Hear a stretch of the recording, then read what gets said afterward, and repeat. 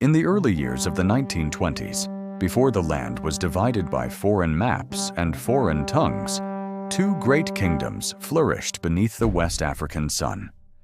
In the east, where the red soil breathed life into endless yam fields, the Igbo people thrived. Palm trees swayed above fertile farmlands, and barns stood heavy with harvest.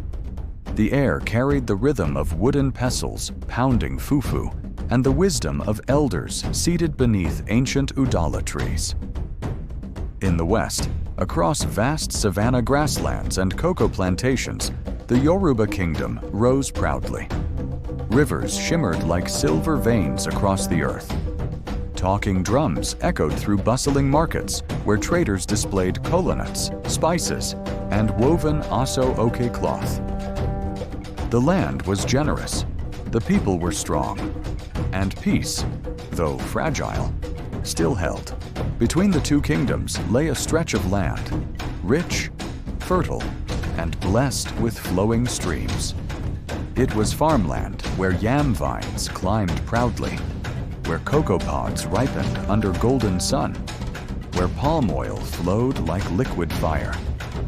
For generations, both kingdoms traded along its narrow path, but whispers began to spread. A broken treaty, a disputed border, and strangers from distant lands, pale men with strange laws, quietly redrawing lines that had never existed. The elders argued in sacred councils. Words turned sharp. Pride turned heavy. And soon, the earth that once fed both kingdoms became the reason for blood. In Umuofia, Daika Ucha stood before the shrine of Amadioha. Kola nuts were broken. Palm wine poured to the ancestors. War charms were tied tightly around strong wrists.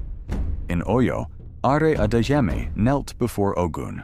Blacksmiths forged iron blades beneath sparks that danced like restless spirits.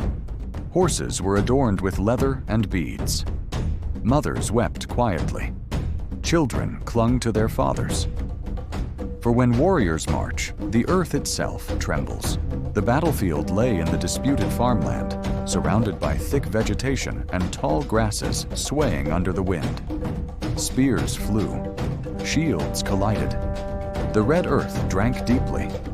Through dust and chaos, the two warriors finally faced one another. Daik Uche, calm as a stalking leopard. Are Adeyemi, fierce as rolling thunder. Their blades met with sparks that echoed across the fields. But as they fought, something became clear. The land they battled for bore the footprints of both their ancestors. And in that moment of stillness between strikes, they saw the greater enemy, division. The war did not end with conquest. It ended with understanding. The warriors lowered their weapons. The elders gathered once more, and truth surfaced. The conflict had been fueled by outside interference, by invisible hands that thrived on division. A new covenant was forged. The farmland would belong to both kingdoms, shared in harvest, protected in unity. Years later, children ran through those same fields, Igbo and Yoruba together. Palm trees still stood tall. Cocoa still ripened. The drums still spoke. And the story of the twin spears became not a tale of war, but a lesson that strength is greatest when rooted in unity.